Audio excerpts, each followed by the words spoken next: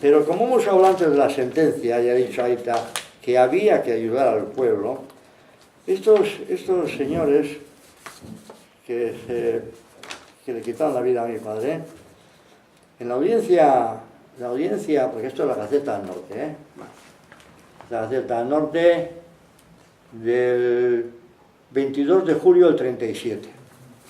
Aquí está por la parte de adelante y por la parte de atrás aparece la audiencia, es subrayado con un esto, ¿no? Bueno, aquí aparece, se celebró ayer el juicio sumarísimo ante el Tribunal Militar contra 8 individuos, acusados de admisión y auxilio a la rebelión. Esa era la audiencia.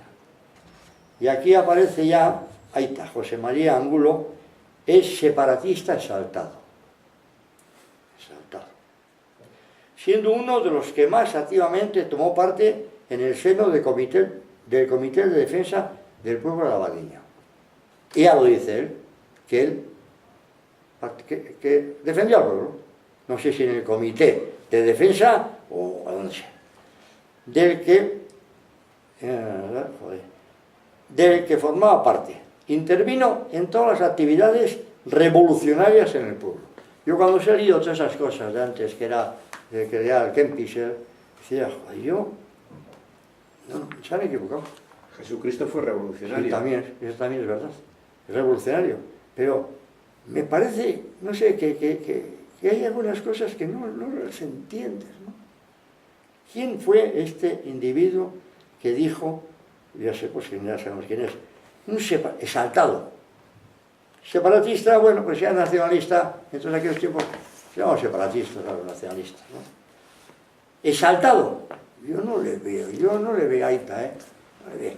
Por la forma de escribir, yo me conozco por la forma de escribir, esto no es una exaltación, me habéis mandado las peras, no me mandéis que esto, joder, no es una persona de estas, Ahí termina la sentencia, que fue firmada, y al final de todo eso luego aparece José Ramón Loidi, vale, es también separatista, y al final pone, una vez que el Ministerio Fiscal puntualizó el grado de responsabilidad de cada uno de los procesados, solicitó la imposición de las siguientes penas.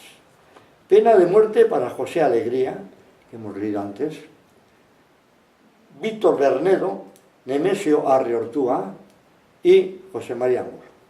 Pena de muerte. Cadena perpetua para don José Ramón Loidi y Laureano Jiménez Garay.